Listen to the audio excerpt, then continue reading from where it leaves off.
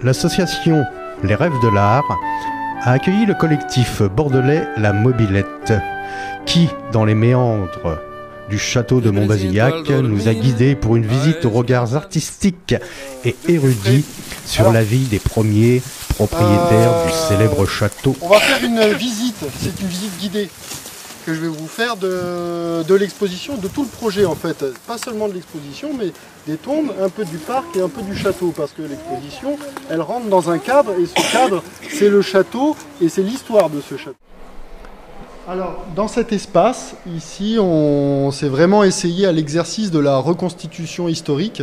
Quand vous allez dans les châteaux, à Versailles, à Chambord, des choses comme ça, vous avez des reconstitutions de salles, de châteaux, qui nous permettent de voir, d'imaginer comment les gens vivaient à l'époque de la Renaissance, par exemple.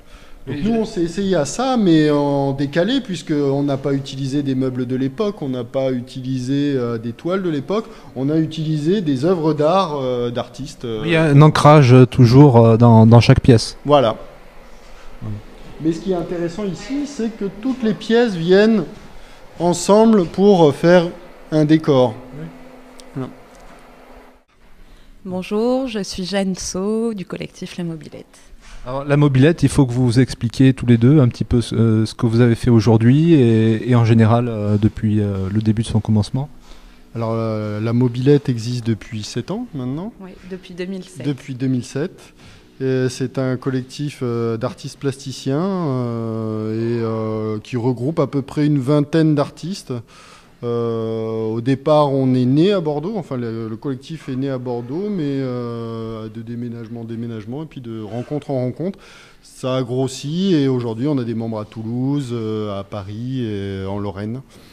Oui, c'est un peu à géométrie variable, on va dire. Et l'idée, en fait, pour nous, c'est vraiment d'imaginer ce collectif comme une plateforme d'expérimentation autour de l'exposition. Donc on n'a pas de lieu, ça c'est important, on n'a pas de lieu fixe. Donc à chaque fois, on met en place des expositions pour un lieu. Donc des fois, on va s'inspirer de l'architecture du lieu, donc ça va être peut-être plus formel. Et ici, donc pour l'exposition En attendant hier, on est vraiment plus parti sur l'histoire du château et du château de Montbazillac. Donc tous les artistes ont travaillé d'un commun accord sur la thématique. Alors non, en fait, ça se passe donc là, l'association Les Rives de l'Art a invité le collectif donc pour imaginer une exposition. Et en fait, souvent, ça se passe comme des micro-commissariats. Alors commissariat, c'est les curators, on va dire. Donc là, on a été 2 de la mobilette et on a invité aussi une 3e personne, Julien Zerbonne, qui vit à Nantes et lui qui est critique et historien de l'art. Et donc à partir de là, on a imaginé le projet. Nous avons invité des gens qui font partie de la mobilette ou non.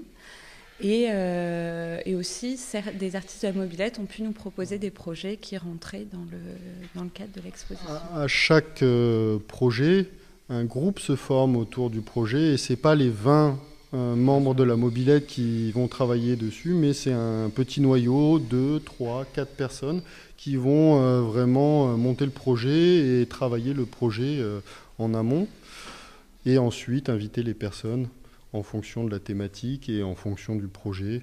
Il y a des pièces ici qu'on a réalisées pour l'exposition, mais il y a des pièces, des œuvres d'artistes qui existaient déjà et qu'on a intégrées parce qu'elles collaient à la thématique et au projet. Donc les artistes ont aussi une activité d'artistes propre à eux. Oui, tout à fait. Ouais. Et d'ailleurs, ça nous semble important que chacun ait sa pratique. Du coup, il y a des univers vraiment très variés. Il y a des vidéastes, des musiciens, des graphistes. Et du coup, ça nous permet vraiment de collaborer ensemble pour ces projets-là. Donc chacun vient un peu avec son univers et on mélange le tout pour imaginer nos projets d'exposition. Depuis 7 ans, comment on fait vis-à-vis des politiques pour obtenir un grand local pour stocker ou éventuellement accueillir ou est-ce que vous avez ça? On n'en a pas. Et c'est important justement pour nous de ne pas avoir de lieu fixe. Vraiment à chaque fois d'aller dans des lieux différents. Alors on essaie vraiment de sortir un peu des expositions, on va dire, dans White Cube, dans le cube blanc.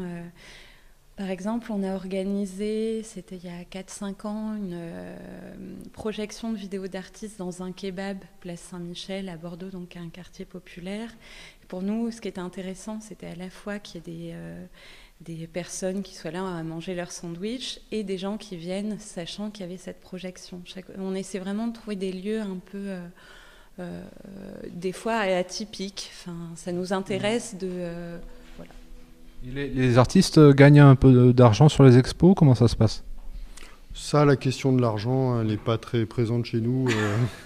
On a commencé, on est tous passionnés, on a commencé en finançant nos propres expositions. Aujourd'hui, on arrive à se les faire financer, c'est-à-dire que nous, on ne dépense plus d'argent pour faire des expositions, c'est déjà pas mal. Mais puis, on commence à dégager de temps en temps un peu d'honoraires, mais... Le but un peu je présume pour beaucoup d'artistes, c'est d'arriver à percer et de se faire connaître par les expos. Oui, c'est aussi la possibilité de travailler, la possibilité de rencontrer, la possibilité de faire du réseau et puis la possibilité surtout de participer à des projets qui sont vraiment ambitieux et qui sont, nous qui nous passionnent depuis le début, depuis 7 ans. Alors, comment vous avez abordé cette expo d'aujourd'hui ?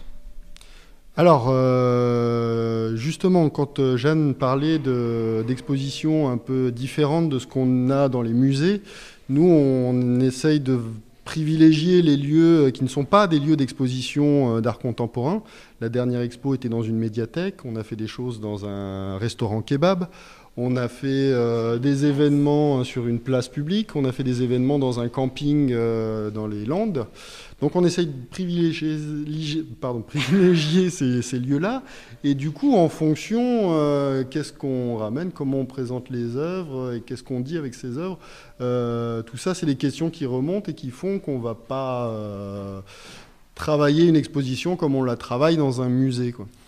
Par exemple, ici, on a, c'est pour vous donner un exemple concret, on a une collection, on a un château avec une collection dans un château qui est organisé par salle thématique, qui est déjà organisé par salle thématique, avec des reconstitutions de salons, avec la reconstitution de la chambre de la vicomtesse, avec la salle du protestantisme, avec la salle des métiers, de l'artisanat, des choses comme ça. Donc nous, il nous a semblé vraiment judicieux, en tout cas intéressant, de travailler sur ce mode-là, c'est-à-dire d'utiliser cette salle vide pour proposer une autre salle thématique, mais qui a un rapport direct avec le château. On va voir avec les images. Oui, parce que ce qui nous intéressait aussi pour cette exposition, et c'est pour ça notamment, c'est entre autres pour ça qu'on a proposé à Julien Zerbonne aussi de travailler avec nous sur ce projet, c'était d'associer à la fois, on va dire, des faits historiques vraiment en lien avec l'histoire du château, avec une histoire locale, avec des personnalités ayant possédé le château, et du coup vraiment d'associer comme ça des faits historiques à des œuvres. Mais ni l'un ni l'autre ne viennent s'illustrer, c'est plus, ils ont été pensés, on les a pensés ensemble. Il n'y a pas une œuvre qui est là pour illustrer un texte ou le texte qui est là pour illustrer une œuvre. On a vraiment essayé de penser à un tout comme ça qui associerait des œuvres plastiques à cette histoire, quoi. Collection d'objets et la façon dont ils en parlent, avec des objets vraiment exposés, type musée comme ça, des images et du texte sur les murs pour venir expliquer l'histoire et la chronologie de l'histoire. Donc nous, cette exposition, elle commence quand on a été invité par les Rives de l'Art à venir visiter le château pour voir ce que le collectif La Mobilette pourrait faire comme type d'exposition. Et on a été de l'autre côté du château, finalement, dans le parc, et on nous a montré 2 tombes. Et ces 2 tombes, ce sont des tombes très anciennes d'un couple anciennement propriétaire du château. après la Révolution, peut-être pendant le 19e siècle, on ne sait pas trop. En tout cas, on sait ils font partie de la lignée Bacalan, des Bacalans qui ont vécu de 1705 à 1900.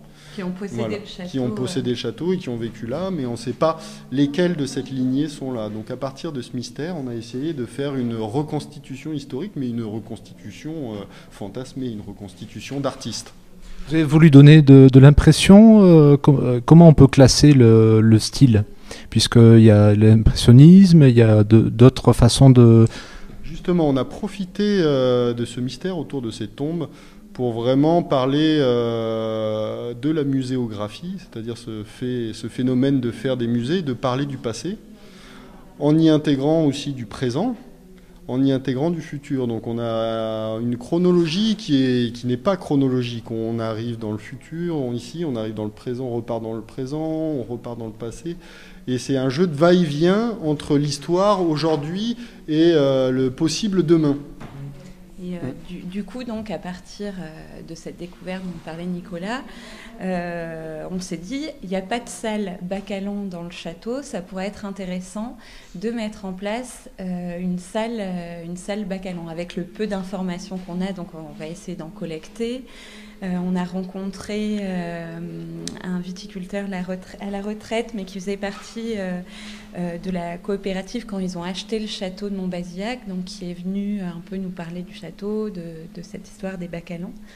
Et donc, à partir de ça, on a fait cette salle Bacalan qui est organisée en 3 parties, on va dire. Donc là c'est la galerie des portraits qui présente plus cette famille. Ensuite, de l'autre côté, on a un espace qui s'appelle quartier Bacalan, donc qui est en référence qui concerne le quartier à Bordeaux. Alors il y a 2 hypothèses, soit le quartier s'appelle Bacalan parce que ça vient de bacalhau, c'est-à-dire la morue en portugais vu que c'est un quartier portuaire, ou bien ça vient d'une petite villa qui a été construite par un Bacalan.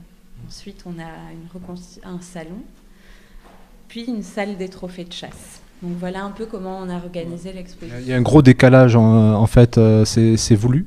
Oui, ce qui est intéressant dans l'histoire de cette famille, c'est qu'il y a très peu de témoignages finalement, il y a très peu d'archives de cette famille.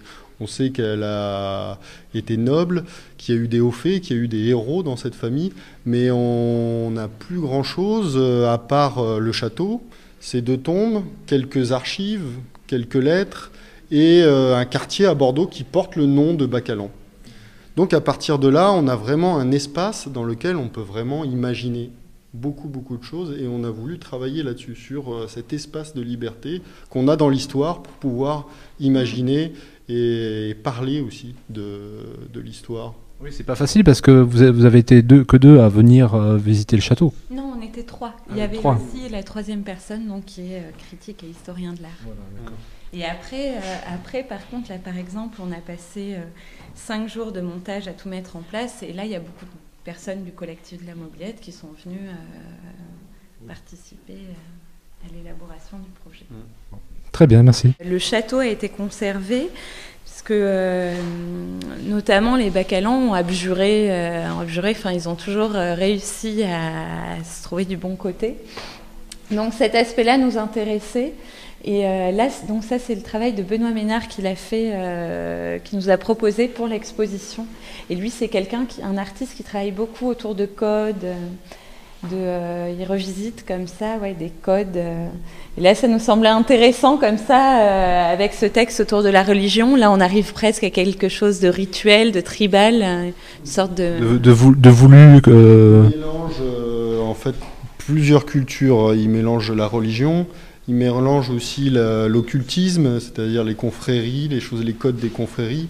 Il va mélanger à ça aussi le chamanisme et les rituels qui sont plus tribales.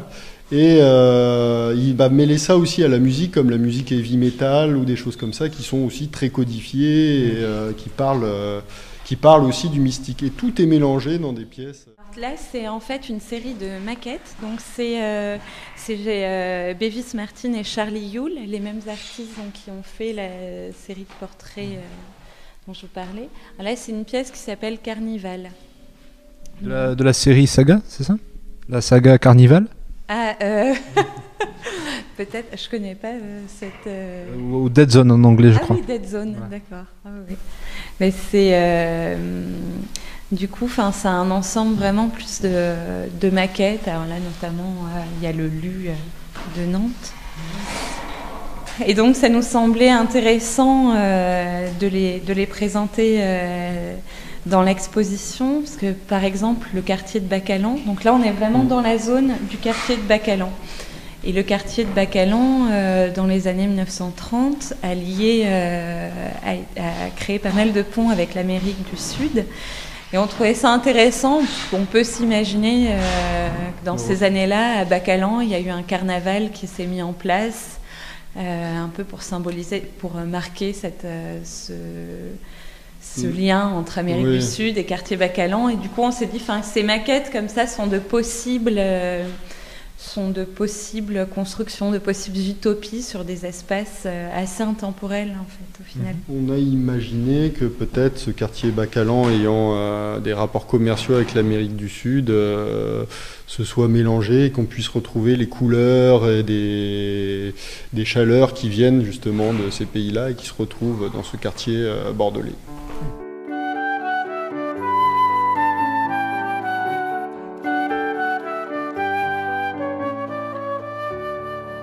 Te presiento al dormir a escasa distancia.